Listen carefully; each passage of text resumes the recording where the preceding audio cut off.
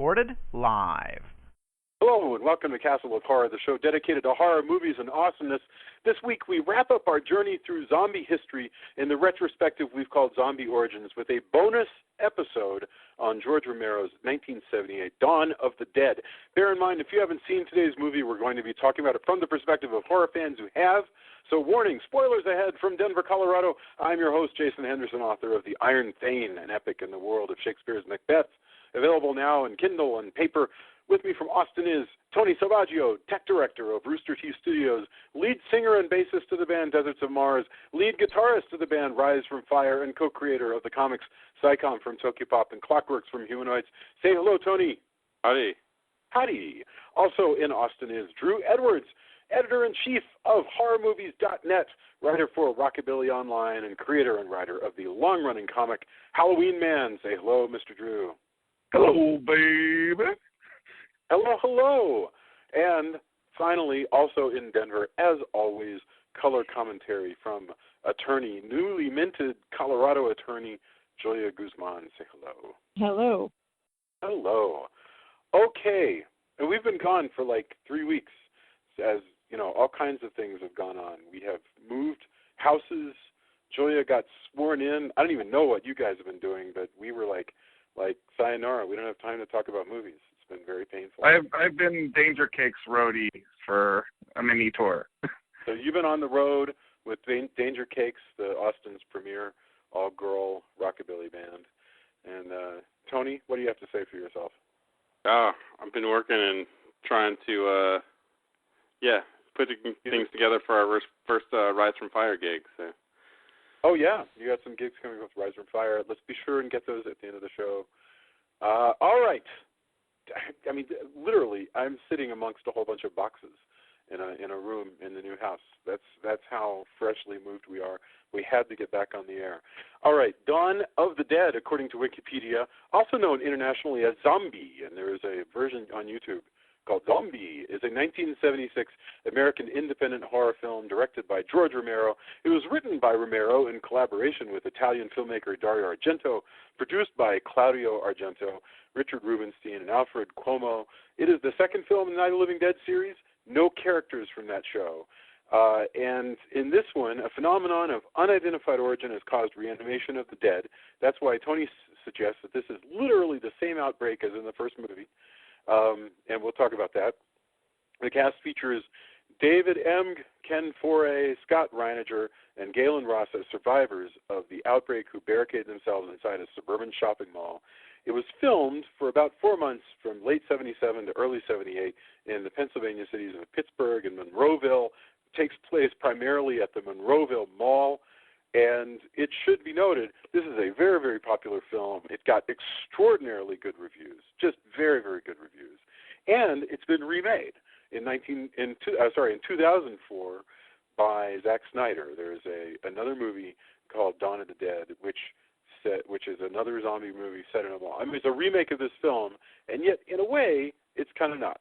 So that... I don't know. After watching this, yeah. I've rescinded my, it's cool, to, photocopy of a photocopy of a sketch of this movie. After watching it this time and looking at the commentary and the dialogue and just how this one's put together, there's a reason why this one's a classic in so many ways. And I thought, I was like, I like that other one. It's decent. And after watching this, I never want to see that one again. It's funny out, because I'm done. When people talk about that one, the 2004 one, they always go, but how daring was that, spoiler, how daring was that zombie baby? And I got to say, that's probably the only thing that movie has going for it. As far as daringness or anything interesting. I got to say, I love the zombie baby because it's so trauma, and it's a holdover from James Gunn's days. And fuck Zack Snyder. Look, I don't want to spend a lot of time talking about Zack Snyder, but James Gunn rocks. I like James Gunn. However, I never, after watching this and, watching the director's cut, that I'm done, man. I never need to see that other one again. Look, I don't like that movie, and I don't like it enough to spend a whole podcast defending it. It's okay to me. But I think this has a lot more to say. Like, the other one's a good zombie movie, but there's like 100 zombie movies, in my opinion, of that caliber on Netflix, like, right now. In fact, Tony, I was going to start with you giving our opening thoughts anyway. I was going to go Tony, Julia, Drew, and then I'll go. So, by all means, continue. What are your each of you, please, some opening thoughts, and also, which version did you watch this time, and is this a movie that you have great familiarity with? So, Tony, go ahead. Well, I watched the director's cut, which I hadn't seen in a really long time, and I was blown away again by the social commentary is fantastic, especially for the time, when malls were sort of a new thing, I guess, in a lot of ways, especially indoor malls like this one.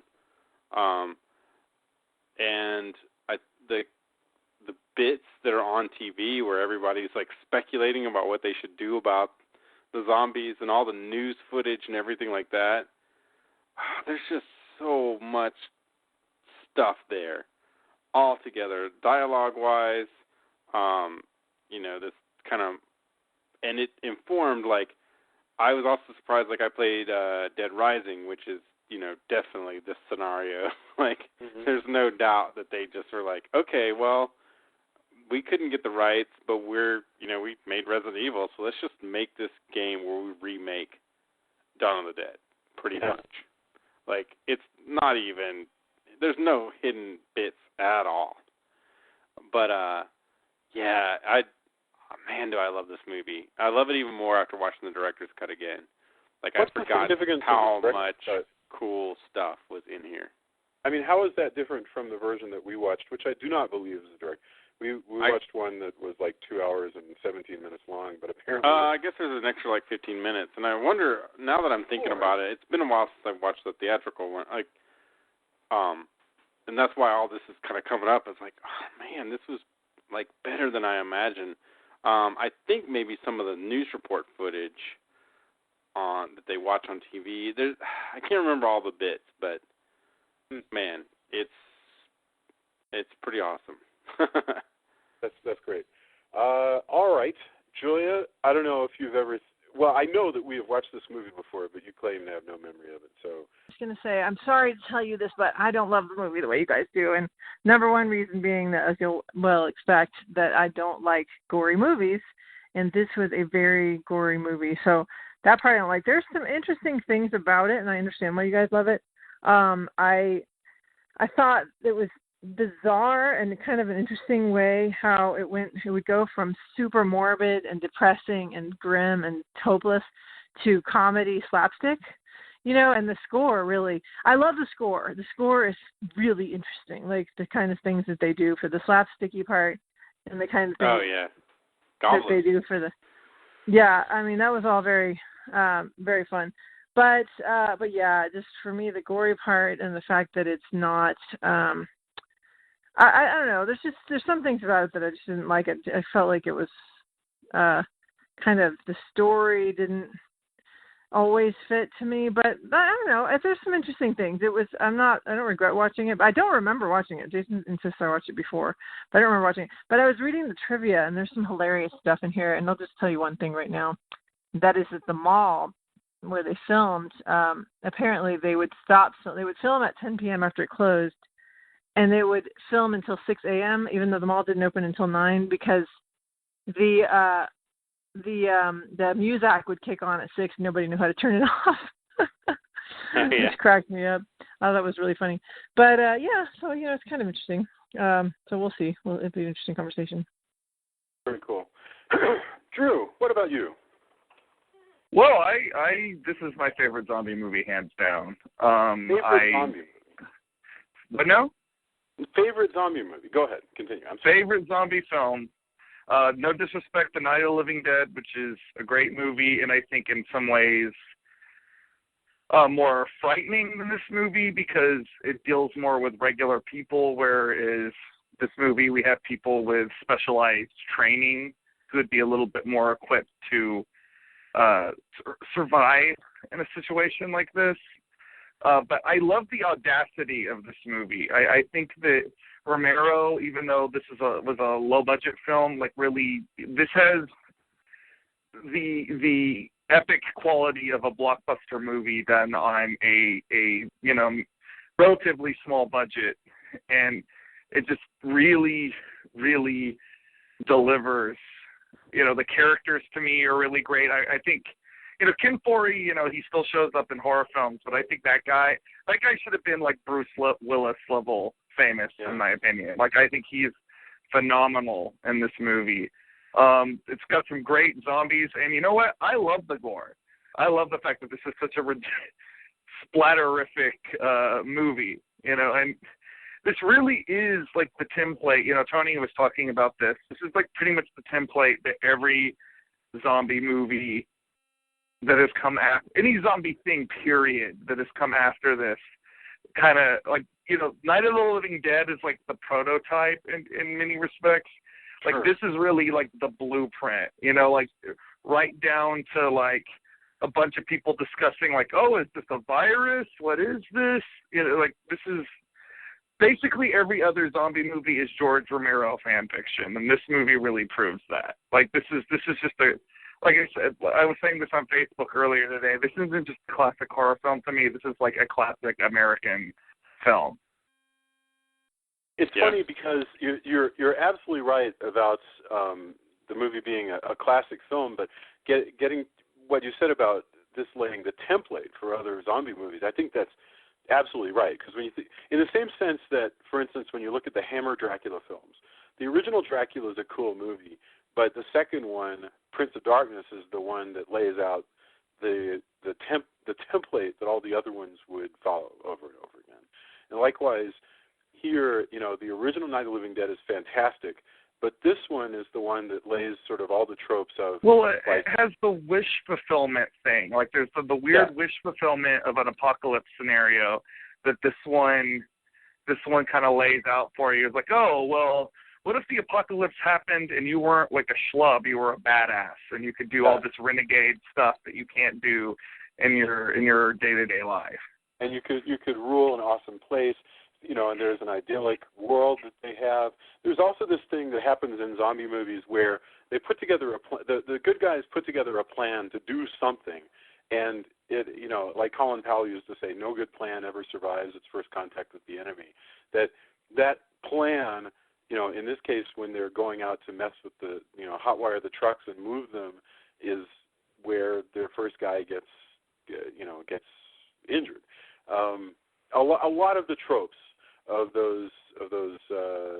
all the zombie movies to come after. But there's a lot of stuff here that a lot of people don't even like talk about on a regular. Like, there's a lot of, I've had discussions about it, but there's a as far as the social commentary going, there's a gay reading of this movie that barely gets talked about, and I think is actually, especially having watched it again, like literally like an hour ago, like that I feel like should probably be talked about more. And there's the racial roles, gender roles, like there's so much going on in this movie.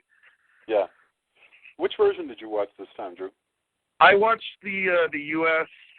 Theatrical cut because I figured that was the thing that most people had access to. I actually have a really nice, or I guess nice for its time, DVD set that has it has the Romero U.S. theatrical cut, the Romero director's cut, Argento's producer's cut, which I actually don't like much, and oddly enough, the version they used to show on TV, plus a very, very nice long documentary on Dawn of the Dead, which I unfortunately did not get to rewatch in time for this podcast. But oh well.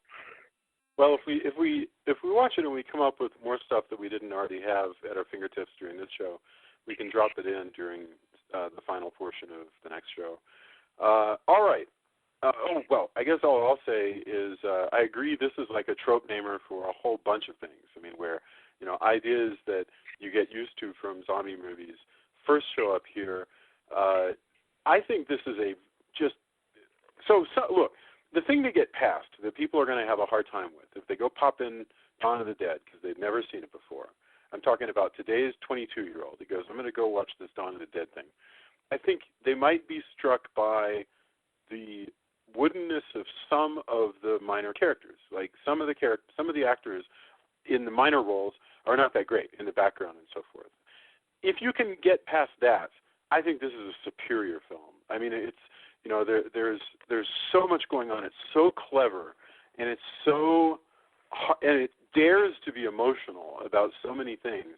It takes its time. I mean, the theatrical cut is over 2 hours long. This is a heck of a movie. I mean, 2 hours. That's like pushing Dr. Zhivago time. This is a long zombie movie, and mainly it's long not from zombie action, but from from the human action. And so the film is broken up, and we're going to go through these sections, but really the film is very neatly divided into 5 sections. And the last one is the one that we all remember. But basically the movie goes TV studio, projects, rednecks, gas station, mall. And by going TV studio, projects, rednecks, gas station, mall, Romero gives us a look at America in 1978. And it's sort of amazing. I mean, we don't... Year I was born, by the way, just to make everybody feel old. That's the year you were born. I was born. This movie is as old as me, which is not actually that young. But no, well, it's not actually that old, I like to think. I mean, yeah. That's also... Was Star Wars 77 or 78? I apologize. But I believe 77. I'm sorry, what was? I believe Star Wars was 1977. May of 77? Yeah, okay. So this the year after Star Wars. That just seems so strange while the world is lining up to watch, Luke Skywalker. This comes out and nobody knows what the hell to do with it. Okay. So the movie, let's just work our way through the film. The movie begins in a TV studio. And right away, we're in a much more sophisticated story than the one that was told in Night of the Living Dead, which benefits from being a very simple story. In this one, we are at the TV studio that is putting out those broadcasts that we saw in Night of the Living Dead, which is saying their primary job right now is to give almost no news whatsoever about the dead are rising up and where people should go.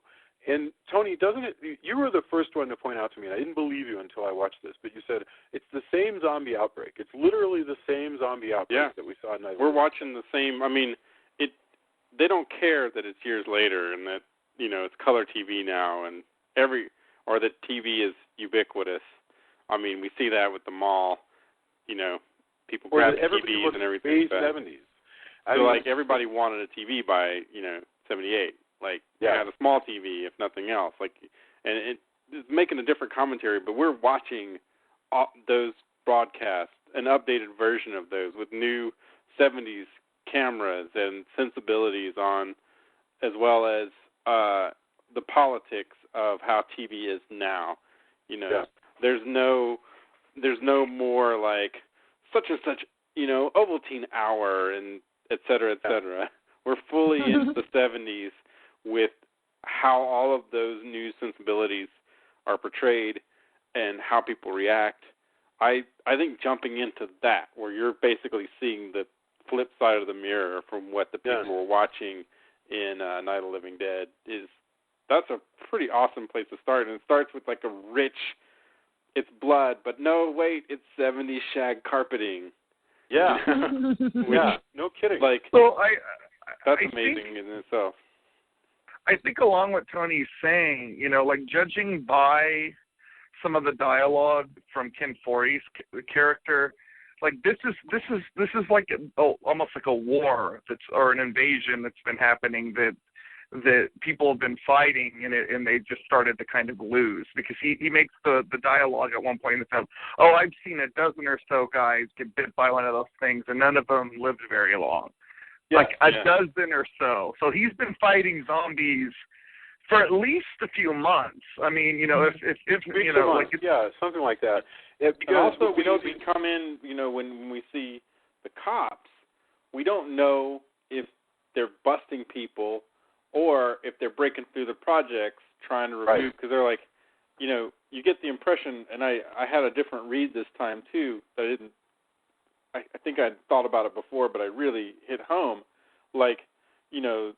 shooting basically hippies and such, but it's also, you get the impression that maybe these hippies are like, hey man, we don't want you invading our building, like we've lived here for years or whatever.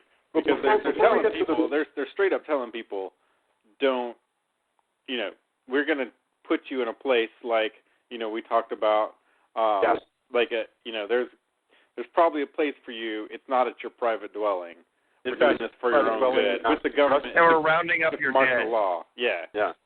So, but before we get to the projects, I just wanted to stick around here in the TV studio for just a moment, because a few things so we meet Francine, the main girl, and her argument, the thing that she's fighting about is we need to stop running those intertitles or those subtitles on the screen that tell people where to go for evacuation, because she says it's all out of date. All that data is all out of date.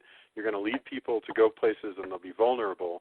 And she's fighting with the executive producer, who is saying, doesn't matter because that's what's helping our ratings. People keep watching because those titles are on the screen. And that fight is going on. But what's funny is this is such a different world from remember the TV studios that you were saying it's a flip, and it's true. But the TV studios in the 1968 version are populated by a bunch of really, funny-looking skinny men and oh yeah. Well, they again, like I said, that we update it without kind of missing a beat. Like, that's not the important part. Yeah, and it's totally we've jumped forward in technology and all that stuff. Anyway, she's fighting to keep it real, and that actually introduces her as somebody who's competent in her own world and willing to argue. And her boyfriend comes in and says, listen, the scuttlebutt, he's a helicopter pilot. Scuttlebutt is shit-setting the fan. This is all stupid. You need to meet me on the roof, and we're going to fly out of here. That's his big plan. We're gonna take off. Anyway, so we leave them for a while, and we go to the projects. And remember what the feel of the studio is. It's also helped us too, because the government, again, we have the government doing something. The government's about to take over the studio. That's right. The people there are like, why the hell are we even here? Like, I'm going to go be with my family or escape or any number of things. It doesn't matter what you do, lady. Like, and everybody's fighting about that. It's they got like 3 hours basically in the government. Yeah. So society. Well, and what's fascinating is we're going to keep cutting back to this TV studio, and there are these holdouts. And Saturday Night Live has played with this concept in numerous skits, where the world is coming to an end, and a few crazy people in a TV studio continue broadcasting their dumbass talk show as the set gets weirder and weirder. But I mean, honestly, what else is there to do? I mean, they may as well do their talk show, because people need to be able to watch something and see what other people are saying. They need to feel like, I remember, and I know Jason hates it when people bring up 9/11 for any story, but the fact is, I remember after 9/11 spending 3 days. I don't even know what that was about. No, you just hate you always I don't know. You just have a thing about people talking about 9/11. Anyway, and so. But I remember 3 days after it happened, I just watched the TV. It's not like I was going to get any new information. It was all the same information. But I just could not stop watching it, because I just needed to be, connected somehow to other people that were also, obsessed with this. And so I think that's probably what that is just people are like, we have nothing else to do but be glued to the TV. So somebody's going to just be like, well, we may as well give them something to watch. There's the notion that it's a public service. By the way, and I'm not saying this just because you called it out. I think that's a wonderful 9/11 point. What I am annoyed by is people exploiting 9/11. Like, like using 9/11 to threaten one another, using 9/11 to tell something. That bothers me. But saying, hey, the way these people are acting is the way I was acting on 9/11, I think that's a reasonable. It's like you're allowed to talk about the Holocaust. You're just not allowed to call one another Nazis, please. Mm-hmm. That's all I'm saying. Unless you're talking about actual Nazis. Unless you're talking about actual Nazis. Yes. Which are debatably in this movie, but we can get into that later. Yeah. So, but the projects, I wanted to mention something about the projects. So they go, and for those of you listening from UK or other countries, I don't know what you call public housing, but at this period of time in the 70s, we called public housing projects, or colloquially the projects. And they don't look like this anymore, by the way. This is not what it's like. They've been tearing these places down for decades. But back in the 70s, housing projects were enormous skyscrapers that were owned by the government and that you lived in, and so because of that, and because they were completely housed entirely by people living on public assistance, there was no sort of mixture of commercial activity. There was no. It was really sort of a bad and older theory policy for how to subsidize the housing of the poor, and consequently, you had a lot of you had a lot of crime. You had a lot. It was rough. It was rough for people living there, and it was rough for the people who had to police these places. And so, what you've got in this, we just saw a crazy TV studio. That was Romero talking about that. Now we get Romero showing us cops and SWAT teams. SWAT being very familiar to people in the 70s because of a hit television show where they dressed like they dress, like the SWAT guys dress in this thing. Going in to evacuate, it's just like Tony was saying, to evacuate these people living in the projects because the government's saying you can't stay in your home. And they don't want to evacuate because they don't trust the government. And so the notion that a bunch of government goons with guns are going to come by and like threaten people is going to ignite, and it does. It ignites this war with poor people, many of them who look like hippies. And this seems to be a predominantly Puerto Rican, so many of them look like Latino zombies fighting with the cops. And it's so strange. It's weird that this is where we start the movie. I mean, or that this is immediately where we go, which is this crazy, racially tinged fight between the cops and the... Well, again, it's back to, I mean, I think it may be hard for some people to, if you don't have a good sense of history, it's harder to go, wow, all of this stuff is awesome. But if you do and you want to watch original, Assault on Precinct 13 and stuff like that, what you have a macrocosm here of yet another thing. The government's moving in, people are mistrustful of the government, there's hippies coming out, and they're shooting them, and there's some other guy who just really enjoys his newfound sense of power. Yeah. He's on the SWAT team, so he can bust heads. There's no doubt about it. And he uses many a racial slur. Zombies and whoever else. Well, I hate to say his this, way, but he's going to shoot them. This is a pretty valid thing for some stuff that's been going on in the last few years. Sadly, true. History comes back around, and it makes me. Yeah, history repeats itself. Police brutality is a huge discussion thing right now. No, but I will say this: it's true in real life, but you do not see lines like that in movies anymore. You don't see people just, it just doesn't. I just don't feel like you see that. You could see people blowing, somebody blowing somebody else's head off, but you're not going to see somebody using the N-word in the movie. I don't think so. I can't think not of as any. much. Yeah, no, not. Well, I mean, again, Romero is using this not to say that this is okay. He's using it almost as an indictment of racism, an indictment of police people abusing their power. And of course, who is the most level-headed SWAT team member in this? It's giant it's a black guy. Yeah, a truly giant black guy. I mean, Foray is big, who asks pointedly to the guy, "Why'd you join up? Why are you here?" When he finally confronts him. That stuff is amazing because he's seen all this crap.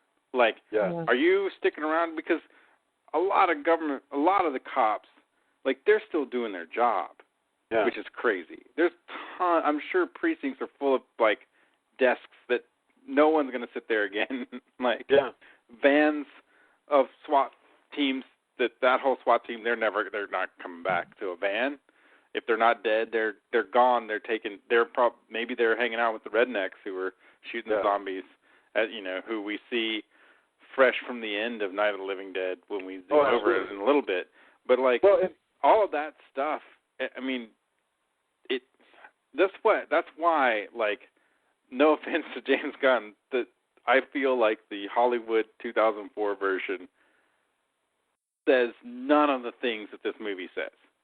Like, it wasn't ever meant to be that way, and that's fine, but it is a pale imitation. They didn't, instead of going, you know what, that original one said a lot about society. It dealt with a lot of things. They chose, and, that's their choice, that's fine. And they didn't update with new things that were wrong with society or a new thing on society, because all the people are terrible people. I don't give a crap about in the 2004 one. I hate all of them. What I'm saying is about that movie, though, I'm not trying to defend it or say that it's even on the close to being on the same intellectual level as this. It's not. I'm saying it's an entertaining monster movie. No, it's a zombie movie. They chose to not. They could have said, hey, what's the new things? Like, what is the mirror that we hold up, considering the, the climate of 2004 or whatever? Well, and they made a very pointed decision to not do that. And that's fine, but this deals with so much more in its scope. You will get no argument. You will get no argument out of me on that. Like I said, that's not even open for discussion. I'm astonished when people tell me they prefer Dawn 04 to this version. I'll tell you why they prefer Dawn 04. I can say it the nice way, and I can say it a not nice way. The nice way is that Dawn 04 is extraordinarily competently made. Okay, it's a very nice-looking movie. It's fun from beginning to end. You know who's the bad guy. You know who's the good guy. Everybody is sort of, familiar to you, and, it has a downer ending, it has some surprises, but it's very, very, very well made, okay? The not nice way, it doesn't challenge you in the slightest. It doesn't show you anything that... Well, and on that note, let's not spend 20 minutes talking about that movie. So let me get back to Dawn 78. The thing of it is, showing the projects like this, again, it's amazing to me, from a screenplay standpoint, we've left the TV series and we've gone somewhere else to introduce two more characters. But they could have done it any way at all, but they choose to show the American film-going public, the predominantly white, predominantly middle-class American film-going public, a world that they are not intimately familiar with, which is to say the projects. And they wallow in it, and they show it at a nightmarish worst version of itself. And I think that's really daring of Romero, because he's showing us parts of the city that we meaning, the white middle-class movie-going public, we don't have to go to the projects. We don't have to worry about any of the problems they normally have, much less the problems that are shown here. And we can kind of pat ourselves on the back, because that one cop who is shouting about the Puerto Ricans and he's using the N-word left and right, even the other cops thinks he's out of line. He's out of line. And if I recall, don't they frag him? I mean, basically because he's out of control. I mean, Ken Forey takes him out. Yeah, like he tries to talk him down at first. He's like, but he still shoots him. They're like, and that introduces that guy, and it introduces the two most competent SWAT team members in this entire building. Managed to team up, because they're literally the two guys who are the best there is at what they do. They just sort of they join up back to back and start killing Nazis, and decide very quickly that the best scenario, and this is Romero talking, I guess, is that the world's coming apart, and so the most talented people are going to start making their own plans. Well, also, what's interesting is, at first, they're like, no, we're going to do our SWAT job, and it's this mission where everything goes wrong. Like, there's a bunch of zombies being held because their relatives or whoever doesn't want to, deal with them / can't put them out of their misery. A guy kills himself because he just can't take that this is the new way that the world is. The government steps in, and they're kind of like, well, I guess if the National Guard's here, like, why are we doing this? And so this whole, how this there's that particular great mission scene goes with down. The great scene with the priest, too. Oh, yeah, yeah. All of that. That guy, you know, is just as like a side actor, you know, he's amazing, and he's extraordinary looking. Yeah. Yeah. No, all of this stuff is where they're finally like, yeah, maybe I will go talk to my friend who has the news chopper. I think let's go do that, because this, like, I was on board, and after tonight, after an hour here or whatever, however long that actually is, that's it, and that's what puts them on to that, to that path. I think that's great. Yeah, and it's Roger. It's Roger, the blonde guy, who says, "Well, you, Peter, giant black guy, you seem to be, literally the most competent person I've ever met. Come along with me because I got a buddy. He's got a helicopter. We're going to meet him on the top of a building and go do whatever." And by the way, this American idea of let's get a vehicle together and let's go to the end of the road and then let's just go, and we don't know what's going to happen after that. That is an idea that is very real and is very familiar in living memory to a lot of people who would be watching this. And my grandfather told me stories of exactly that during the Depression, where society in Oklahoma had so completely collapsed. Farms had just completely been abandoned. Everything had just collapsed to the point where they put all their goods onto a truck and they went to a road and they reached a crossroads, and the dad looked at the mom and said, "Well, which way do you want to go, right or left?" This is American, to just go get a vehicle and let's go, because anything's better than staying here.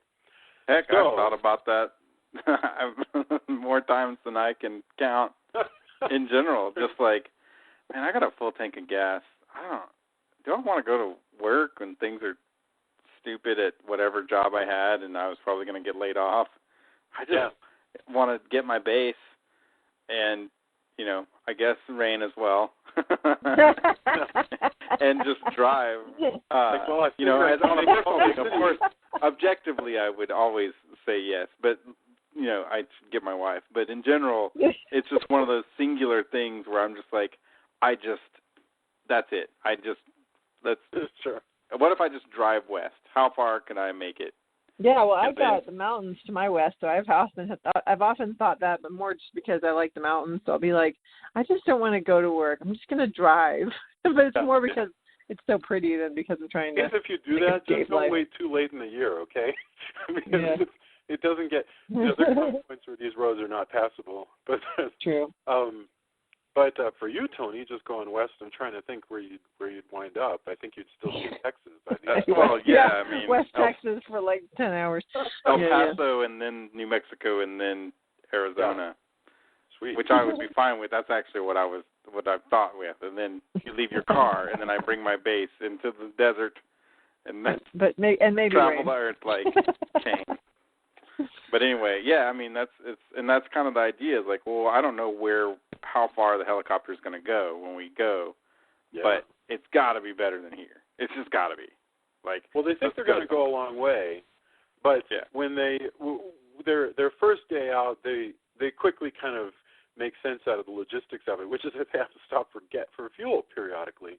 Right. That turns out to be a dumbass. So this next section I think of as escape and rednecks, which is they're heading over the countryside, and they spot the guys with the hooks and the guns and the pickup trucks from the end of the first movie. And Romero, who deliberately kind of takes a goofy feel to this movie. There's often a sort of deliberately ironic goofiness to it, where he drops out of the helicopter and he goes down to just wander around, he being the camera, just wander around the rednecks as they're, drinking coffee and eating donuts and laughing and having. But I also think that's kind of how, like, what he's showing is how he shows us the various ways that society is dealing with this collapse. Yeah. And again, it's the mountain man kind of thing, because there's areas, like, if certain areas get nuked, or virus comes or whatever, there's mountain areas where nothing's gonna change really. Like straight up, there's rural areas where the status quo, deep in the bayou of Louisiana, not much is gonna change. I mean, short of if things fell apart, there's areas where that's, okay, well, the government people don't come out here as much or whatever. It's going to be harder to get some things, but people are self-sufficient in that area, Yeah. And so he shows us the rednecks are getting along okay because they have the guns, and also he wants to show us that this is right there, Night of the Living Dead, Yeah. And these remember, are the same dudes who are going from place to place shooting people. How come the motorcycle guys who've been doing fine on the road suddenly just kind of seem to lose all their skills there at the end? I was like, wait, why are you suddenly getting overcome by zombies when you've managed to I have a theory about that, but I would rather save it for when we're at the very end. Let's save it for the I think, maybe I should talk about them, but anyway, I'll just go ahead. We don't know how long they've been together. They could have been right outside the area and just finally like, oh man, where are we going? Hey, let's check out this mall. And for all of their competence and bravado, when things fall apart, they're meant to be the guys circling around the outside of the refinery in Mad Max. That's right. And, humongous is what's keeping that together. Yeah. So once you have no humongous in that scenario, and in this one, lead bikers, this is a collection of people, definitely need a hierarchy, or else things get really loose really quick. And I think that's a lot in a lot of those groups, and I think that's kind of where it is. Getting back to the rednecks for a second, what I think is really interesting. Tell me if you guys get this, because I feel I get this in both the mall, but also in this section here. Our sympathies lie with these two SWAT guys who are better and more moral than a lot of the other SWAT guys, and with this couple that came from the TV studio. And what all of these have in common is that these, like I say, like the viewing public, these are white middle-class people.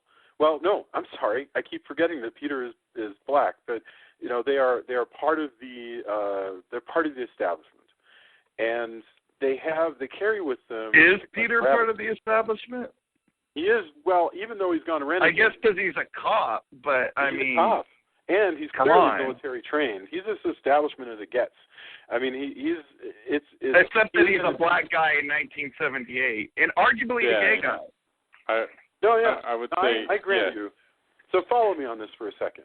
I feel as though Romero shows us some of these outgroups, like the rednecks who are really good at hunting zombies, and it's true, they are very good at it, and the bikers, and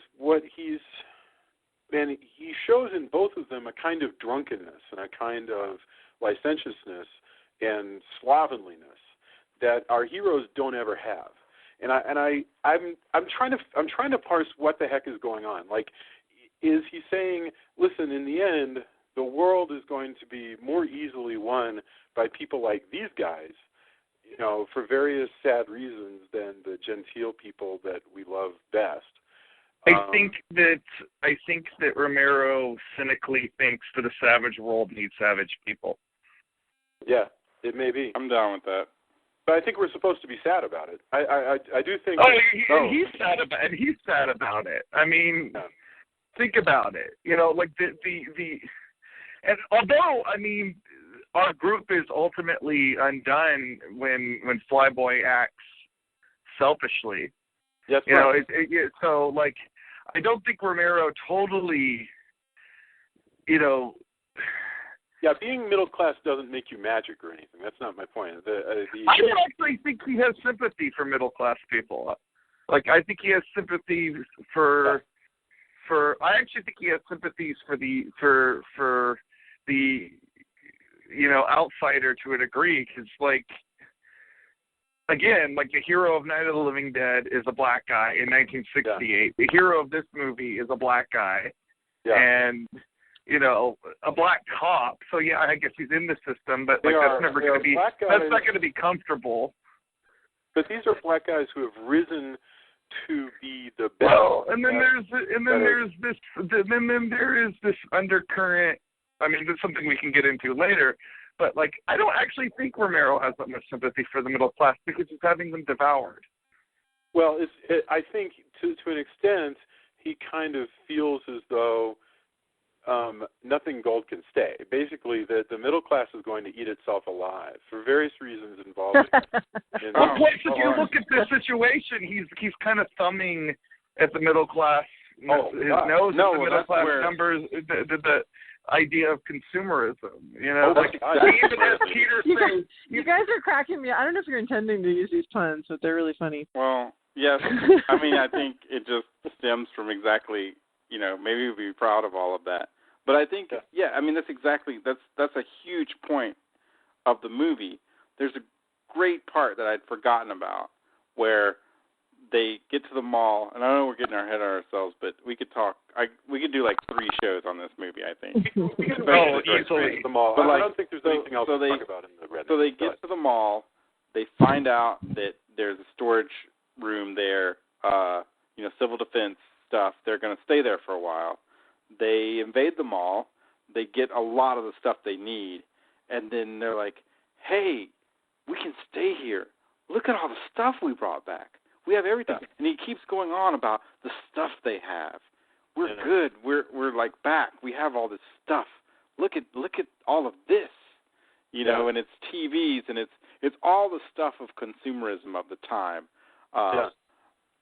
Straight from if they could, they would have had there's all kinds of stuff there, but it's everything look how comfortable. I mean, there's zombies there, but look how comfortable we are. Well, and eventually crazy? They go in to clear out the mall and make it a safe haven. But, the girl's like, hey, this is just as much a prison. And again, that's why I go back to, there's so much that this has to say that a lot of zombie movies, all they really have to say is, it sucks to live in a world of zombies. Well, that's about it. That's about it. And that's fine. I'm entertained by this. We already live in a world of zombies, and the zombies are us.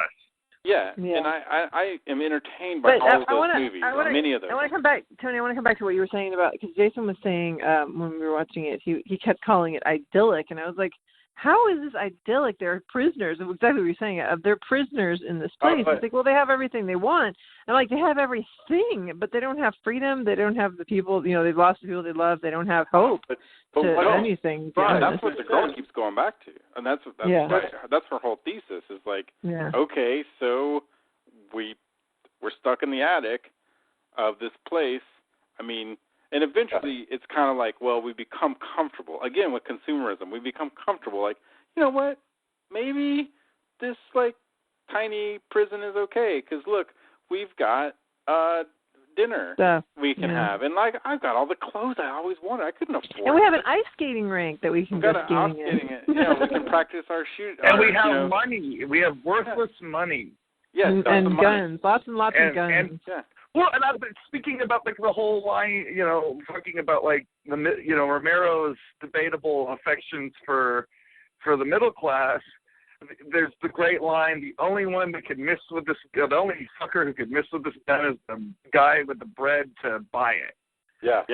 Oh, again, there's so many good lines. That's why it's so frustrating when I watch this. I know I keep coming back to it, but there's so much here about society that isn't in a lot of modern zombie movies. But maybe it's just done that. Overdone. And it's hard. I don't know why nobody's really tried to update that, because I think there's things to say. Although, again, like we talked about, the more things change, the more they stay the same. I for example, watched this BBC show, Yes Minister, which turned into Yes Prime Minister, and the politics in that were sadly, man, I'd hoped we had changed, but we haven't. And maybe that's why it's kind of useless to make some of that commentary, because maybe you're just not going to do it better. Like, I think there's other stuff that makes this. I think there's other stuff that makes this commentary. Maybe not. There hasn't been a really good political horror film in a while, but I mean, I still see stuff like veins of this stuff in like comic books and yes. you know, sci-fi. You know, like Snowpiercer. Snowpiercer has a lot that it owes to Romero. Right. The thing of it is saying that you pick any. These can all be entertaining zombie movies. Nothing, no problem with that. Not everything has to be political. I'm not saying that at all. But it is surprising how much this does that a lot of movies don't and haven't even attempted to try, because they're more enamored with the gore and the survival aspect. It's more of a post-Resident Evil, the game, by the way. Not the movies are okay, but this their first one anyway. But it's a post kind of Resident Evil kind of thing, and less of, you know, we're gonna use this as a mirror in the way that sci-fi does. I feel like after a while, a lot of, especially stuff like, even though it's entertaining to me to a degree, I feel like stuff like The Walking Dead becomes almost like survivor porn. You know, it's like let's just see how awful life can be, and you still. Whereas this does really have a lot. I mean, there's a lot going on here, you know. And can I just mention the one thing that Tony pointed out was, you know, why are some of these lessons not in the newer one? And I think the reason is because a lot of people making movies in the studio system today, making expensive. Well, yeah, this is an independent film. Yeah, they have no interest in critiquing the world that we live in. And what Romero is saying, and this is really interesting, Julia, that comment about the idyllic world that they're living in. So you're totally right. But there's something. I'm being slightly ironic when I say it's an idyllic world, but the thing is, our idyllic world relies on much the same thing. The fact is, the only way that mall is really comfortable for those 4 people is if they're basically the only 4 people in it. How many more people could they let in? How many people could they share with? In other words, their share of abundance has a lot to do with the fact that they've got giant walls and trucks defending them. No, but you could have a lot of people in there as long as they're not destructive, like these jerks on the motorcycle. In fact, there's tons of stuff. I mean, you could have 100 people in there easily and be very comfortable. What I'm saying is that's a critique of the world that you and I live in, which is to say, look, there are, and maybe be wrong about it. Say, look, we can't trust the world out there, so we need to take ridiculous amounts of resources and claim them for a tiny hoarding, and hoard those things, and then protect ourselves from the outside, and then it can all fall apart when you finally wind up with. Now, one thing I guess, even though I hate all the characters that the remake does, is perhaps it does show us a more modern take on, you know, those people really, really don't get along in the remake, whereas these people have kind of worked it out a little bit more. Oh yeah. And I think maybe that's the critique of society, like we are more splintered. But, you know, also, here's another thing I love, and it's, you know, maybe jumping ahead, but so in order to secure themselves, if you haven't seen it, you know, they go get trucks and they barricade the front. Really smart way of doing things. But in that process, because they've lived so long and they're smarter than the zombies and whatever, you know, one of the SWAT members gets bit. Yeah. And this is where we kind of do find it's a virus. But I really do enjoy, they touched on it in the Resident Evil game. You get these notes where this guy's kind of turning from human to zombie. But you watch his progress as he becomes, the virus definitely takes hold. You know, you say it's a virus, but they never definitively say that in this. However, that may be true. Yeah, here's why I think it is. And I didn't really notice this until this time. When they're in the arcade, you can see his mind being affected to where it's turning towards the zombie. Yeah. He crashes the car and he's like, and then it crashes and he watches. That could just really easily mad, be a fever from an infection. Possibly, but they don't play it that way.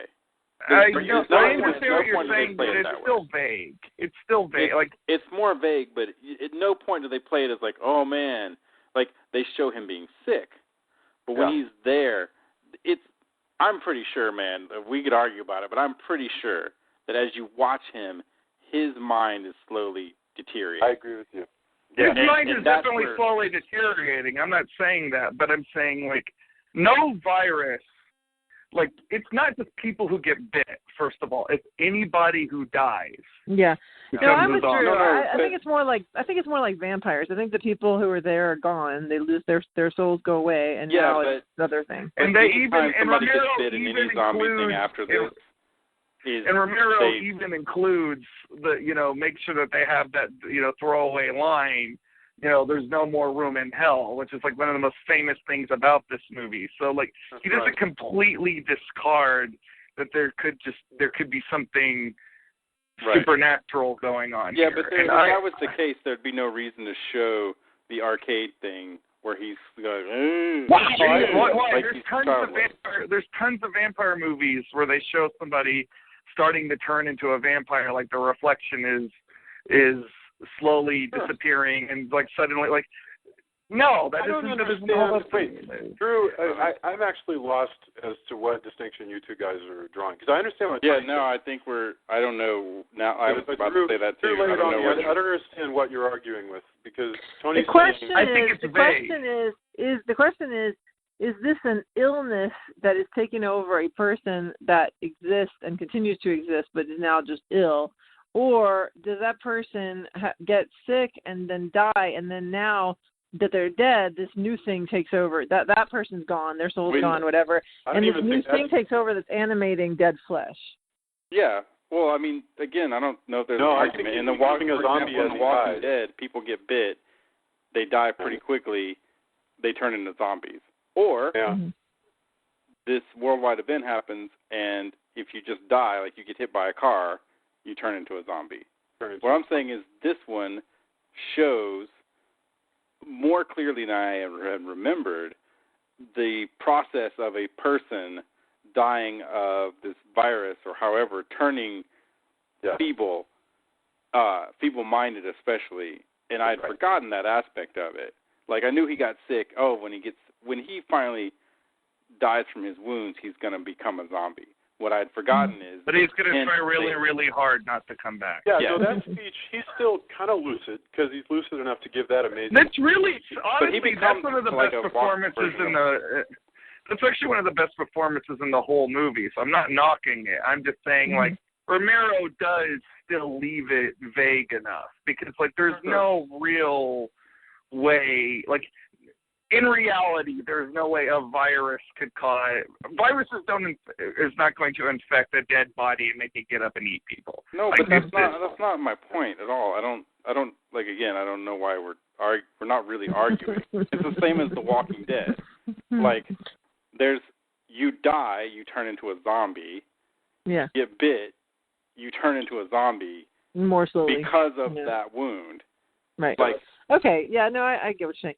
By the way, I want to say I love show the zombies. that in this, like the way he gets feeble-minded. That was my point. Like I'm watching arcade, his mind is definitely going, and he's reacting to fire. But that can just as easily be a reaction to bacteria that would be naturally occurring in something that's walking around. I think we've beaten this one to death. Wait, no, I want to cap it. So, Drew, your theory, your point of the movie is, as far as you can tell, the zombies only come around by dying, and no matter what, you die. You get bit, you die. Right. Like Tony's absolutely right. You get bit, you die. You die. So your argument is, but it might not be a virus. It might be a bacteria. I'm saying it's vague.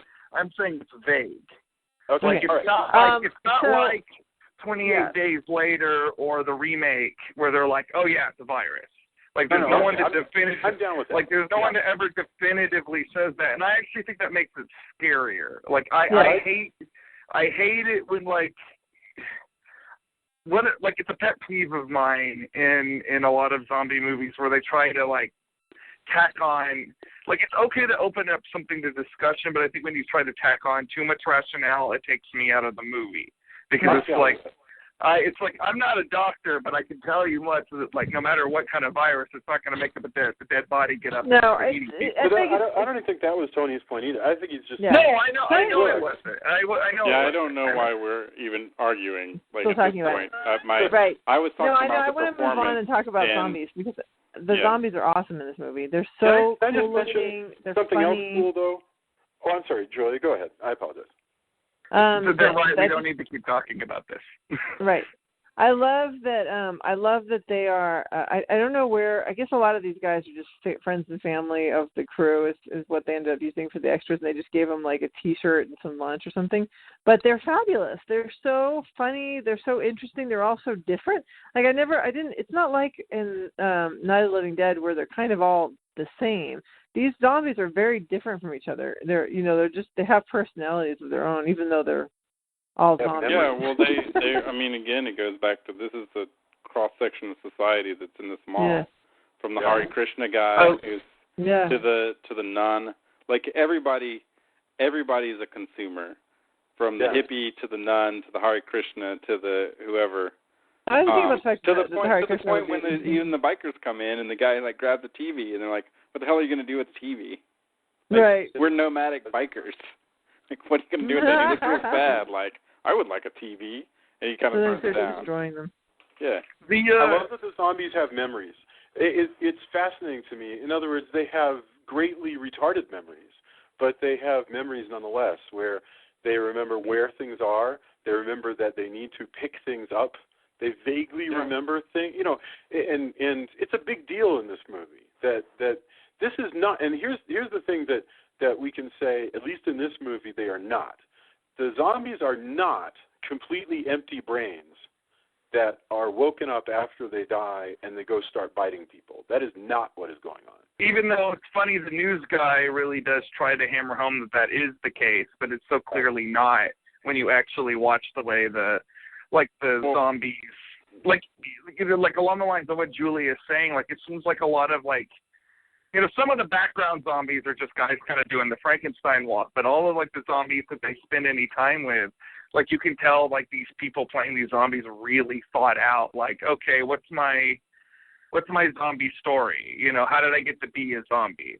Well, and the one guy, I mean, although he is, like, they're trying to portray the kind of pretentious intellectual kind of asshat, what his point is, you may see your relative because they have memories, like, oh, look, he loved toast. He's really going for the toaster or whatever. Right. That you cannot, if you expect to survive this thing, think of that as your relative.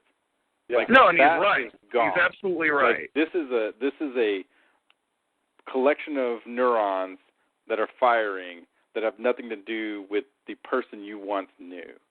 Right. And I think that's both interesting and scary, and set the precedent for a lot of that. I love the really cool. line. I love the line that guy says about how, like, are these cannibals? Well, no, because these can no longer be thought of as human, and cannibals are cannibalism implies an interspecies activity, and I love that distinction. I mean, it is interesting to think that in a way the zombies are in some respects more evolved than we are, because they work together. They aren't racist. They aren't sexist. They aren't classist. They are a mass with one goal. Right. Yeah. Like they're in a lot of respects better than we are. Also, as it stands too, where he goes, you know what, we should all move out of the cities and nuke the cities. Which, by the way, Umbrella Corporation does in Resident Evil eventually. Like, okay, we're going to pretend that, that wasn't they do it because they want to cover up the crazy experiments they've done instead. But that's where people are like, whoa there. That's, outside the realm. But there's a lot of politicians who don't mind a scorched earth policy on a lot of things. Although it would be stupid in this particular world, because when people die, well, actually, if you could create a world where you hit people with a cattle prod the moment they died, I think probably a nuke get to normal. I'm sorry.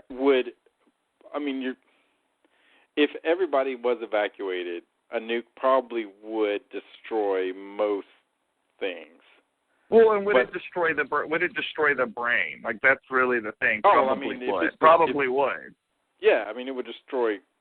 Yeah, it turns. I mean, it would atomize. There would be nothing left.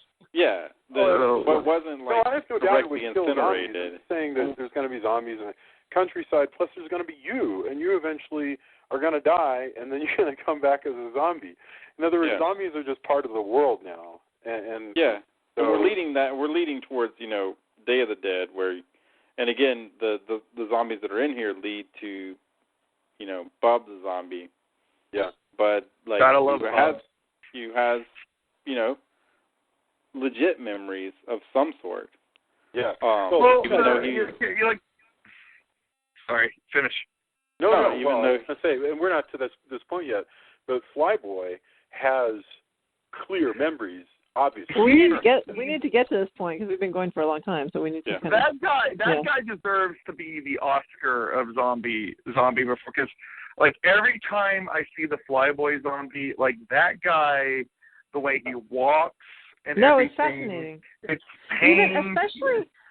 Especially when he gets shot in the head, I was like, that was a really good effect. That really looked like that guy got shot in the head. He's the contortions on his face and the fact that he's like still trying to fire the gun and everything like that.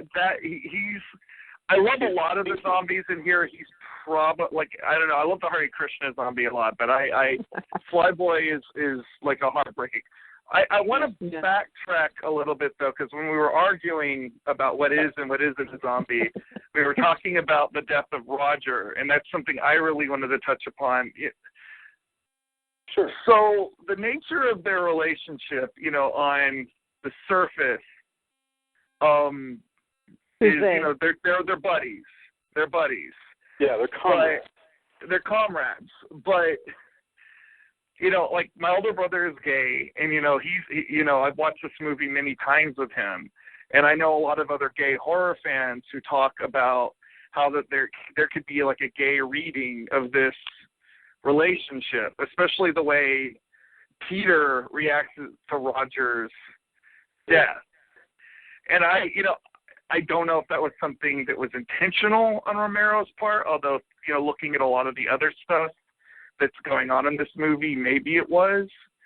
But, watching it this time around, I was really struck by how, this could be a very, like, a coded gay relationship. I don't think it's deliberate. I just don't believe that Romero was thinking about gay rights. He might not have been. You're very right. I think the reading is perfectly fair, and you don't even have to toss anything for the reading to be fair.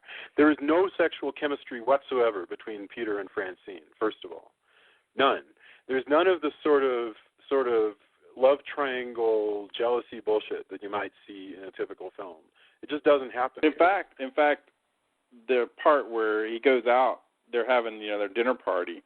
Yeah. And they've all cooked and everything. He goes out into the, lawn, or is that lawn, cracks open a bottle and is, he could be thinking about his comrade or his, lover or just, holy crap, there's a relationship over there. I'm stuck in a mall with these people. Like, I'm not part of this. And there's a myriad of different ways, and it it's something to his, it says a lot about his acting. Like, that point of kind of like, you know what, I've been keeping it together, but, man, this all kind of sucks. Ken Foree is really great. A good actor. Ken Foree is such a good actor, and I think if he had been born, like, a decade later, he would have been a huge star.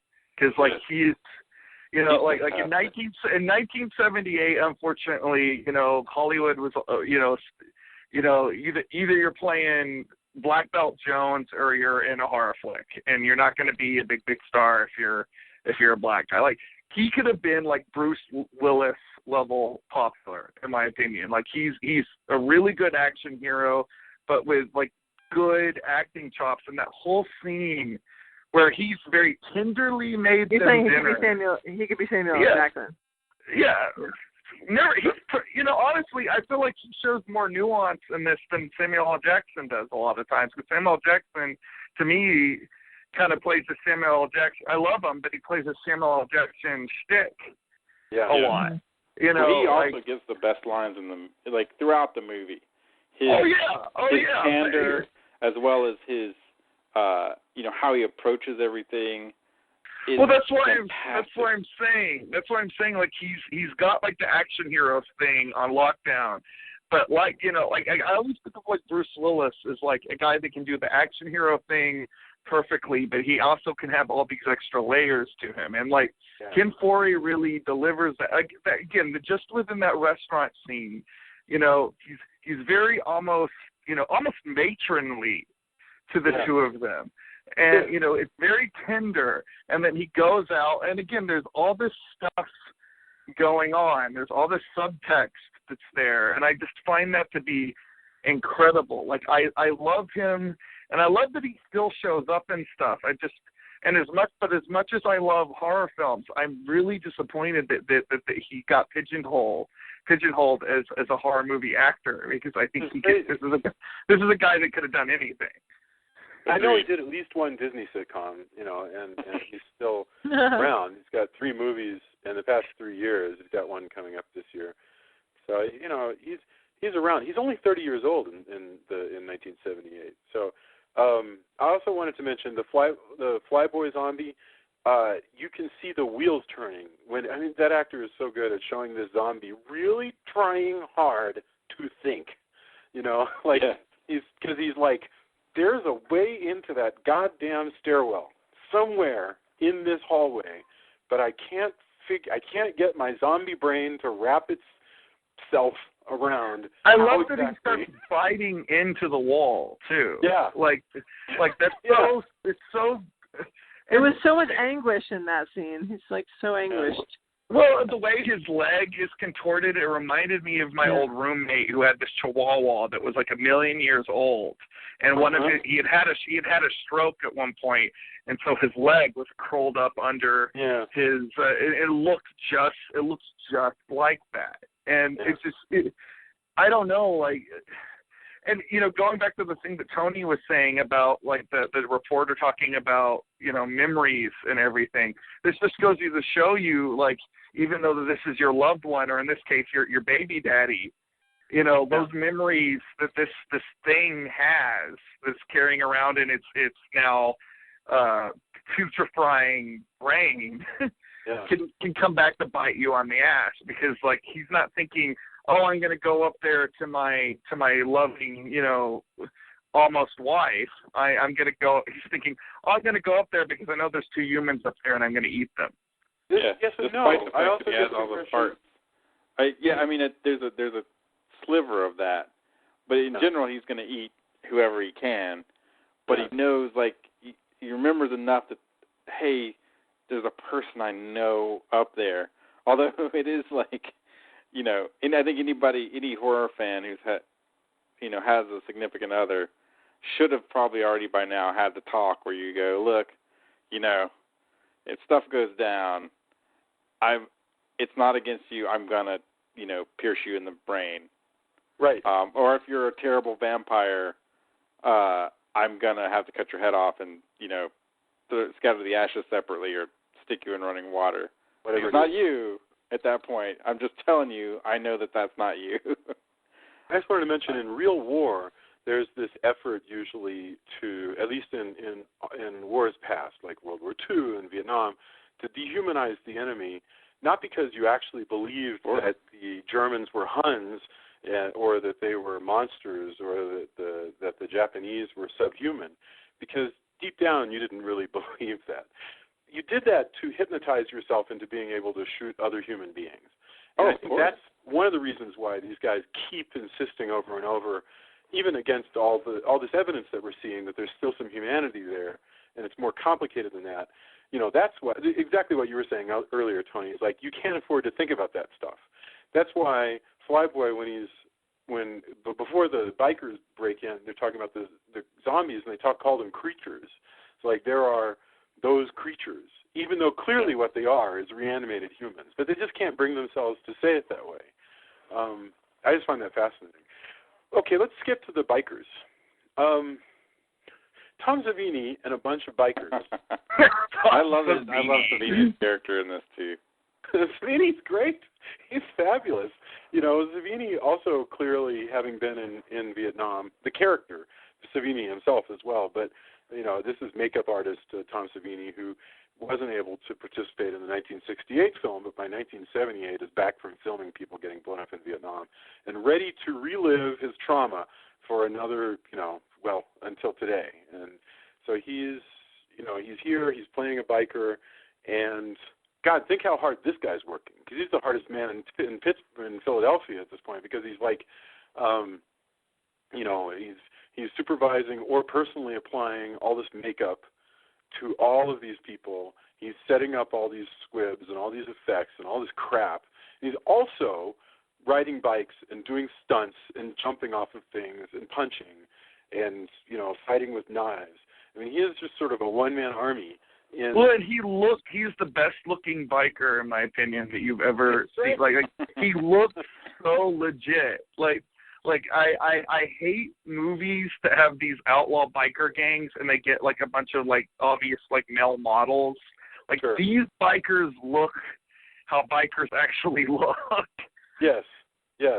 Like they sit on their asses fantastic. all day, basically, and drive around the country, and yes, and they're tough, and I think, Tony, were you the one that pointed out that they need a hierarchy or else they fall to shit pretty quickly? Oh yeah, I mean that's the way, it's a gang, and that means there's a gang leader, and the gang leader delineates, and it's not every, it's not every group but like, I don't think that's kind of the suggestion here is, you need some people to whip people into shape. I think, any biker movie you can name kind of has that going for it. And I think a lot in most gangs, especially of this time, like, I mean, leaders are leaders, whatever society thought of them or however, if they were running drugs or guns or any number of illegal activities or just a bunch of guys who, go out and ride bikes. There's a lot of different versions of that, especially in the 70s, from Easy Rider to the whole gamut. I just watched another movie, The Losers, also called Nam's Angels, about a bunch of bikers in Cambodia. And that was amazingly, I think it was on Amazon Prime, and that is an amazingly nihilistic movie when you can see all of this range of, like, how society perceived biker gangs of that era. But yeah, I mean, they're there to wreak havoc and take what they want because that's the way that those guys live, and they really ruin it for this idyllic society where they do, and they don't respect it. I think that but they're about the saddest thing about this is they're about to leave anyway. Yeah. And Flyboy is the one that gets territorial when the fight is going on, because they were just going to let them loot what they want and then leave. Yeah. And Flyboy suddenly decides to get a little materialistic and start shooting. It is materialism, but it's something else. I mean, yeah, there's that inherent selfishness about the consumerist society, right? We talked about how there's not many things and certain people are going to hoard the things. It's ours. We took it. Yeah, it's ours. But not just that. I think it's ours and you're disrespecting it. I think, like, let's say that these people who had shown up had been Michael Landon and all the guys from Little House on the Prairie. They wouldn't have been running around knocking things over and smashing things with sledgehammers.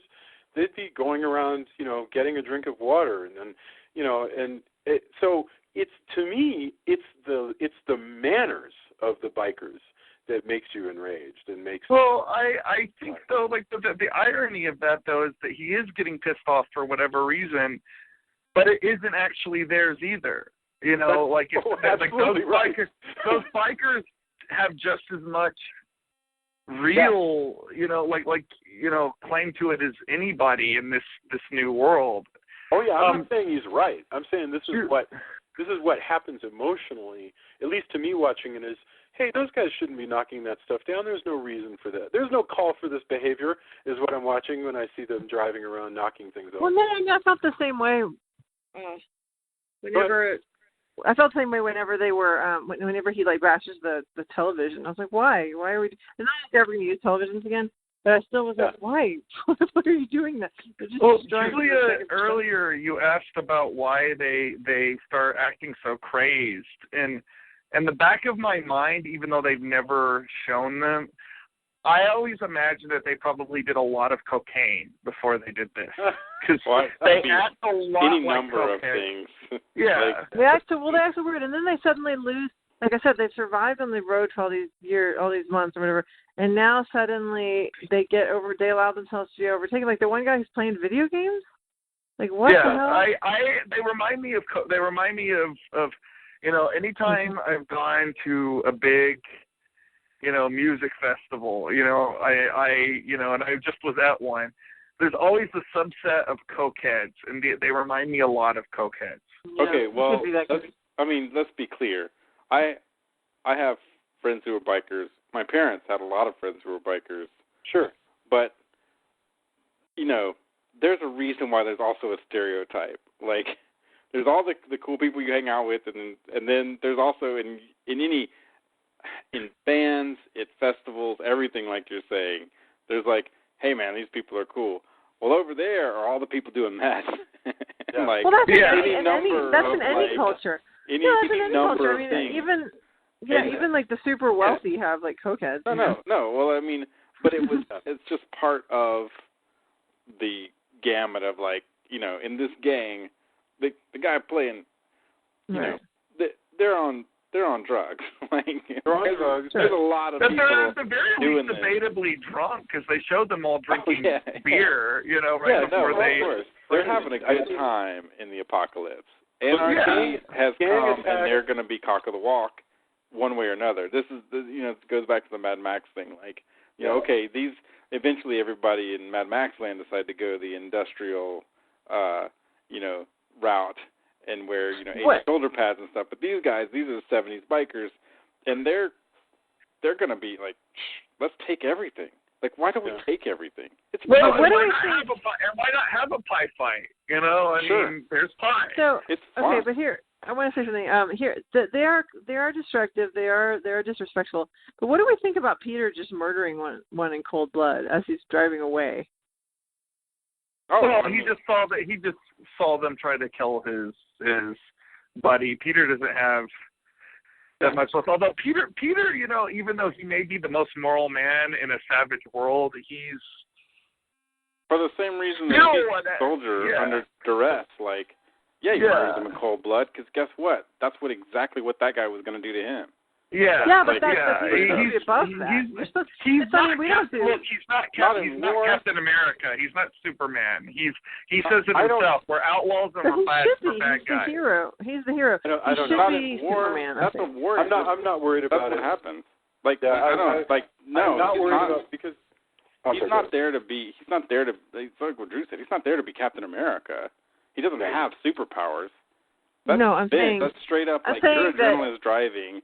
But he's a character, but he's also, that's why he's a believable character. Because you're going to shoot somebody who just killed that person. Again, it goes back to the zombie thing. That person represents everything that just tried to kill you. Hell yeah, you kill that. That's why people go crazy in war. This is a reaction to where we come from Vietnam. Like, do you think everybody was like, you know what? I think killing children is great. But to me, the difference between a movie like this and a movie that's not a supernatural movie is that your bad guys are the zombies. So when you have the good guy, the hero, kill one of his own, kill another fellow human, even if that human totally deserves it and is killing other people, I feel like that takes away from that character. I feel like that takes away from the hero. I don't think at all. I think it's just the opposite. With this movie, the problem is that the zombies are a villain. They're not they're the villain. I mean, it's the same question as society is also the villain in this. The government wants to nuke everything is the villain in this. Like, there's no clear-cut case. And again, this is back to war. we are existing in a place that has just come off of Vietnam in the 70s. Yeah. And so, like having a character, anyway. who shoots a person because, you know what, I couldn't kill enough of them. Like, I couldn't kill enough of them to survive, to get all of my people out, my friends back. Like, that is straight up, like, that's the way it is. And Peter is basically just done at this point. I mean, he after, almost immediately after this, goes through a point where he's like, I don't want to live. I'm going to sit here. I'm going to put I understand your point, but I mean, I think that in a lot of ways also, it's not supposed to be right. You're not supposed to look and go, oh man, he should totally have gotten revenge. You're supposed to see like, wow, this is a person pushed to the brink, and this is all terrible. Everything that I'm watching right now is not a good scene. It doesn't hold it up to like, you know what? He doesn't do what 80s movies does, where he doesn't find a Gatling gun and then mow down all of the invading bikers because they're bad biker people. He just snaps as a person, while other people will kind of try to like navigate this whole thing.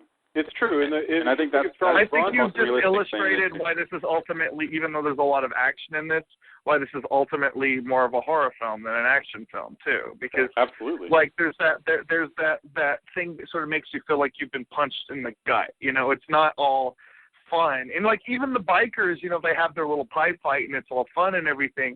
But then when the shit hits the fan, you know what those bikers do? They straight up abandon the people who are being torn apart. Yeah. Oh yeah. So once anarchy hits, like I've talked to people where they're like, anarchy, whatever. I'm like, man, anarchy. I don't think you really want that. There's a few people who are fine with that, but I guarantee you, if somebody who says anarchy, if you light a Molotov cocktail and throw it in their window and yell anarchy, that they're not going to think that's cool. And that's what it would truly be. And I don't think people don't really want that. Like they want to be able to do whatever they want to do without the law being not cool to them or whatever.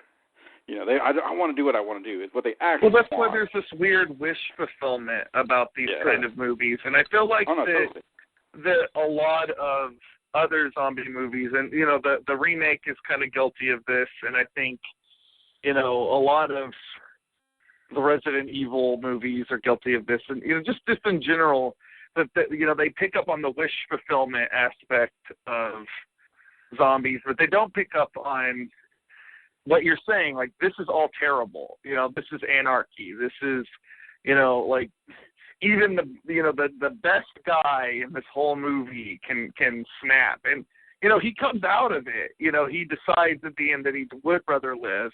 But even when they're flying off in the helicopter, we don't know how much longer they last. We should skip to that, in fact, because there's really nothing else to cover in the biker. Other than, by the way, I just wanted to say. Well, Tony's right. We could do like 3 episodes. Well, and we already have done almost an hour and a half, so we need to. Yeah.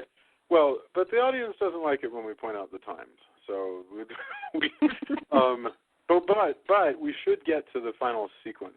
So basically, the bikers are completely routed. They've gone.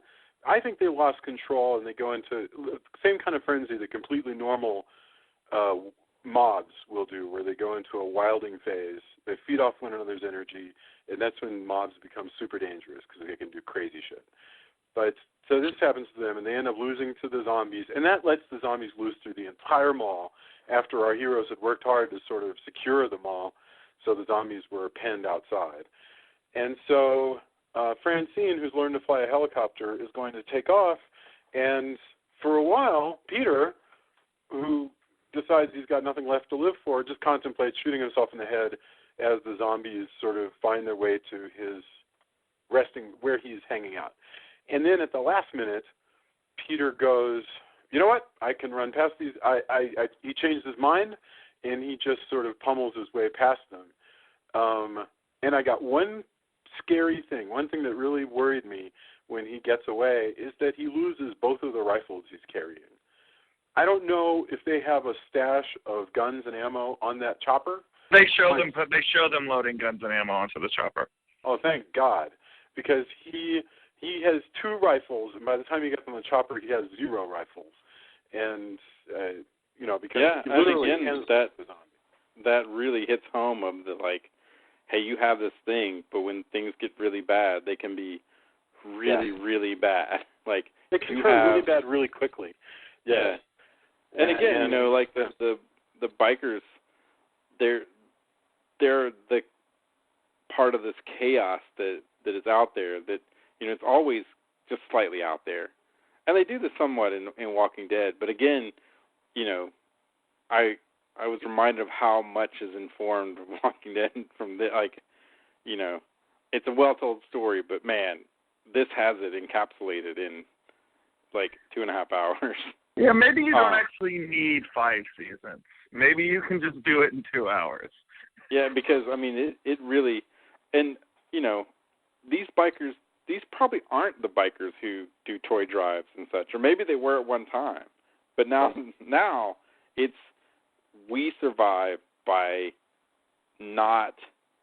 doing what we want. Yeah. Well, and that's another aspect. A lot of them, I kind of wonder if they're, at least on one level, were a white power gang, because definitely a lot of them have Nazi regalia.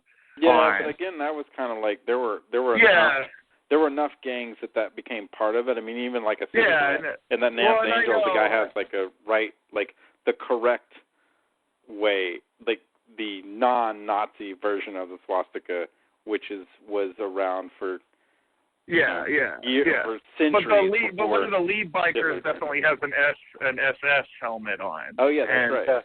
Yeah, but and you're right, and there's certainly a lot of especially in the 70s, because of punk rock, there certainly was a lot of people just wearing that stuff because it was considered, shocking and in your face. Well, strangely enough, there's a culture in Thailand where totally, they're wearing it because of punk, and because it's Thailand, people are dude, you can't wear Nazi stuff. What are you doing? And they're what? It looks cool. I got it from this punk aesthetic. And because a friend of mine, went over there and he came back and he was it was really weird and uncomfortable. But I talked to people and they really didn't get why it was just, it was a generational thing, and they just really didn't get that it meant, terrible things to many, many people. And it had been basically just appropriated through punk rock, regalia that they had seen from where. I would say if you're a Westerner, if you're some 19-year-old though in Texas or something, and you wear a swastika and you claim because it's an ancient Eastern symbol, fuck you. That's the stupidest thing. It's just an idiotic kind of dumbass thing that a young person would say, where they haven't. Where they're daring to be daring, and it's just so completely. I was thinking a lot about symbols though, and how this is okay at the festival I was at this weekend. And this circles around to people appropriating old symbols, or things cross-pollinating with each other, which is what was going on. So they had. A tent which had all kinds of flags on it. It had a come and take it flag, had a Texas flag, it had an American flag, it had a Confederate flag, and it had a gay pride flag. Okay. All on the one. And my reaction to that, I was watching all these bands play, and I keep looking over there. I was like, man, 21st century Texas has a very complicated identity with itself. It does.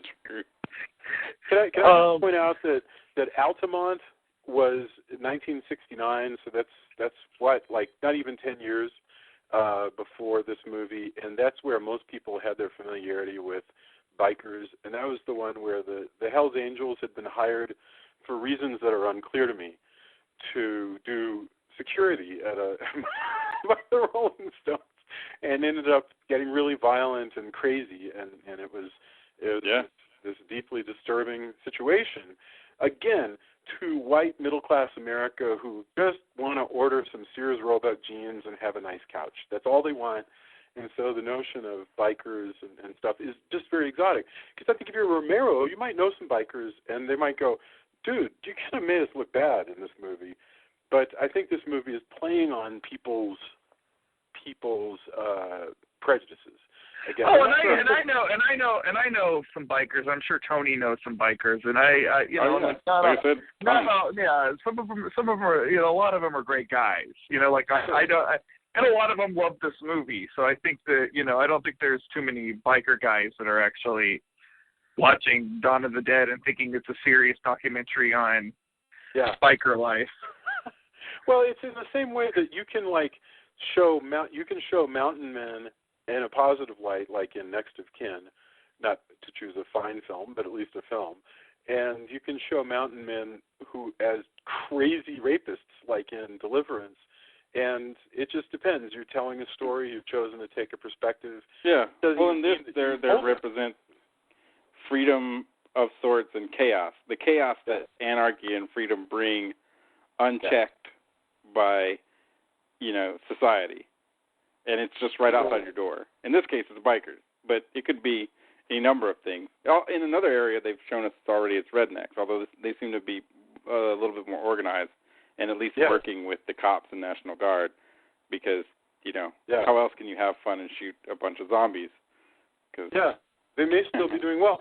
So Peter and Francine take off. They've got like a quarter tank of fuel or whatever it is. They don't have a lot.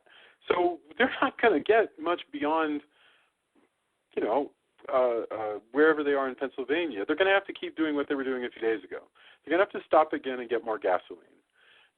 There's going to be zombies around. In other words, they're just going to restart the adventure. You could have done a sequel to this movie that was about Francine and Peter and the baby, or whatever. You could have followed these characters because they're either going to live a long time or they're going to die at the next stop. But you want to know what's going to happen because these are some amazing survivors. Now I kind of want to see that a couple forced together in this era, a black guy and a white woman and a child who's obviously not the black guy's child in this, in 78, 79, let's say 79, there would be a lot to that as well. There would. I mean, I think interracial relationships have been pretty common just in America in the survival realm where you're going from place to place. Yeah.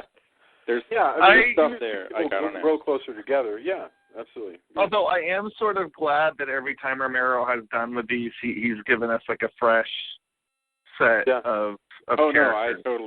I'm in agreement with you totally there. I think it is interesting. And he chooses that because he can show, the Day of the Dead is definitely what's the macrocosm of society as run by the military. Yeah. At this point, how are we dealing with it? And we see it degrade in each of his movies too, right? Like, in other words, the kind world of fresh. gets But worse. by the time we hit Day of the Dead, things are really not looking good for humanity, for the living. So, and I think I find that interesting each time, and how he deals with that. We really need to do Day of the Dead. We'll have to figure out a way to. Maybe we'll come back to it, produce like a second set that are just fun. I have to say, I like Day of the Dead, and I kind of like Land of the Dead, even though there's some stuff I don't like about it. I'm a little lukewarm on the two that are after that, and I'm pretty sure that's a pretty commonplace opinion. But it would be fun to do all of them. Yeah. I've only seen Day of the Dead. I stopped there. To me, this whole series ended roughly. Well, this is the original trilogy is pretty perfect amongst it. So we should get our final thoughts, and let's go in the same order. Tony, Joya, Drew, and then I'll go. Tony, Dawn of the Dead. Is there anything else that we can say about this? I mean, obviously, I really like the movie, and having watched the director's cut freshly again, I really, really like the movie. I think it has a lot to say that's still fairly relevant in a lot of ways, and it's done well. I mean, the gore is done really well. the blood is still hammer blood. Yeah. Extremely vibrant, which is a strange choice, but, you know, you do what you do. Apparently Romero wanted it to be, like, comic booky looking. Sure. And that, you know, and that works. Yeah, I really enjoyed the movie. I will never understand exactly. Again, I go with the you like what you like, but especially after this, I will never understand if somebody goes, you know, I like the remake better. We're going to have to totally agree to disagree and probably change the subject after that. Yeah. Yeah, outstanding. Julia, Dawn of the Dead. Well, I'm surprised you guys hadn't talked about Savini and all his makeup stuff, because I knew how much you like him, and he actually is one of the. It's like they didn't have money for stunt actors, so he and who's the other person? I forget the other person, but two people did like all the stunts and actually didn't do a very good job. They almost killed themselves. But that was really interesting, and then Romero shows up several times. So I thought that was interesting that it's such a family production. Like there's so many things that they all just kind of multitasked and did or whatever. What were you gonna say, Tony? Oh yeah, no, definitely. It's funny. I did Savini.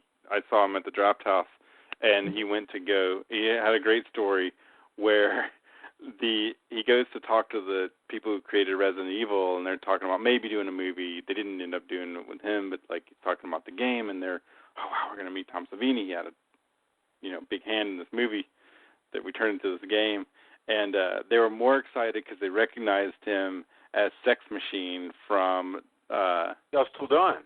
From Dusk Till Dawn. And they're like, oh, Sex Machine, like, and he's like, whatever, that's cool. I'm glad you recognized me. But it was this whole thing where, it was build up. Oh, you worked on, you're a zombie person. These are Resident Evil people. Oh, and these Japanese guys who were really, really enamored that it's like they're speaking to Sex Machine from Dusk Till Dawn. And that's just the way he did the delivery and everything was just fantastic. Even weirder for me to think about that because Sex Machine is so obviously patterned on his character in this movie. Oh, absolutely. Like, for sure, for sure. He survived. He's this is an alternate universe for, that character is Sex Machine. Yeah. But it was a great story because of the way he told it and everything. Like, they're going to have respect. We need to do From Dusk Till Dawn. I agree. We will find some excuse to get to that one in time. Oh, I mean, we could do a retrospective just about vampire strippers. Actually, there's enough movies. Or vampires in bars. There's a bunch of ways that you could play that out. You could figure out some ways of doing it. Well, anyways, let me just finish my notes. It's just to say that that there's some stuff I liked about it. There's, like I said, I liked the score. I liked some of the comic parts. I liked the bizarro zombies, and the characters are good. But it was so gory, and it was a little, to me, it kind of pulled me out of the film that it would go back and forth between these like very dark, somber things, and then suddenly it's like, and now we're back in slapstick comedy world. So that part just was a little jarring for me. But, Julia, you would probably like our Dario Argento's cut better because he cuts out a lot of the humor. Oh, okay. Well, and I didn't mind the humor. It's just that I feel like it should either be one or the other. Like, I love Shaun of the Dead. I think that's one of the best movies. But, but it's like, because it's just funny, and that's all it's trying to be. It's not trying to be both serious and funny. So, I might enjoy that. But so it's like I say, there's some interesting things about it, but honestly, there's some scenes that just went on way too long for me, and I actually fell asleep. Well, I was really tired anyway, but I actually fell asleep watching it, and apparently I completely forgot that I watched it the first time. So it's obviously not making a huge impression on me like it does for you guys. But I'm glad you love it, and I don't, like I say, it's not something I regret watching. It's not my favorite. Outstanding. Drew, final thoughts? I'm kind of with Team Tony I'm sure that we argued earlier. But I'm sure our listeners will love us arguing because they seem to like that kind of thing. adore this movie. It's like I said, it's my favorite zombie movie. Tony keeps talking about the director's cut, so I think I'll actually probably fire up the director's cut sometime this week. And it's just so much of it is still, speaks to what's going on in our, it's kind of the same situation as Night of the Living Dead. We said this when we were talking about Night of the Living Dead. Night of the Living Dead is extremely relevant still. This is extremely relevant still. It does make me long for more political horror films instead of just horror films that are out to scare you. This movie makes you think, and we got a really great discussion out of it. And I'm glad that we did it because, I don't know, it's just a good way to cap off what we've been talking about with all these other zombie movies. Thank you. I mean, all I'd say, finally, you mentioned that this works so well because it's a heavily political film. And I think the thing is, when people think political horror film, it means there's going to be, like, people making speeches and people running for president and stuff.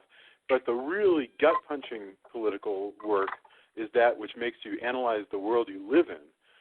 This one has to makes us think about the way that our world is built and what's wrong with it, and reflects it back in a smaller version and turns our daily fears into metaphors that literally will come and eat us. And yeah, well, I mean, that's the best. I think we talked about it before. Some of the best sci-fi is abstracted enough that you don't have to view it as that. It takes an element and makes it fantastical. However, it is meant to hold a mirror to our society, and in horror, it's meant to hold a mirror to our fears, as well as this, in this particular case, how society is working and whether or not it's working at all. Yeah.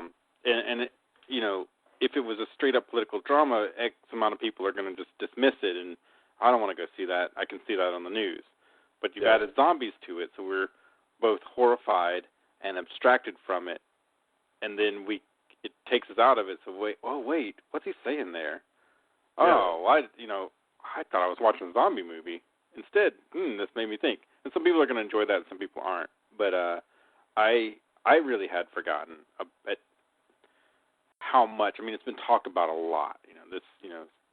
The metaphor of capitalism, of society, et cetera, consumer culture. But there's a lot more to it than that, even. And I agree. And I had forgotten how much of that there was. And I'll revisit it again very soon.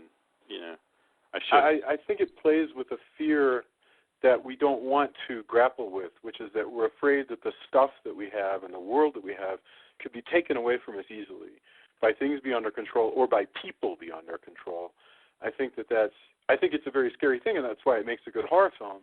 But I think it also is something that Romero wants us to think about. So, Do we have endorsements? I hadn't actually asked you guys to prepare any. I have to say, I'm going to skip endorsements this week because we just moved, and I hadn't had time to watch or read anything. But I'm curious.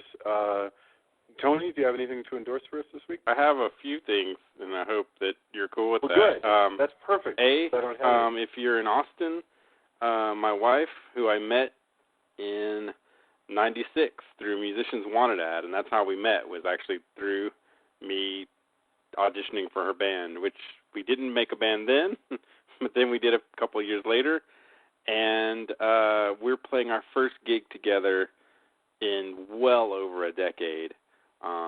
As Rise of Fire. Awesome. And we're playing this Saturday, the 11th, at Beerland. And to tie it back to this, one of our songs, which I wrote and then was made better by Rain adding her influence to it, is Die by the Sword, which I should post anyway. I think I may have already. Which is based on Jason's Sword of Dracula comic. So we wrote a pseudo theme song to the comic a long time ago for a trailer, and it's awesome. So we hopefully will be playing that.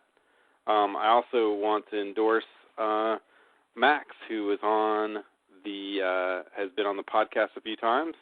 good friend of ours, also has done a lot of horror stuff. Recently finished his draft of a indie horror movie called Chopping Cart.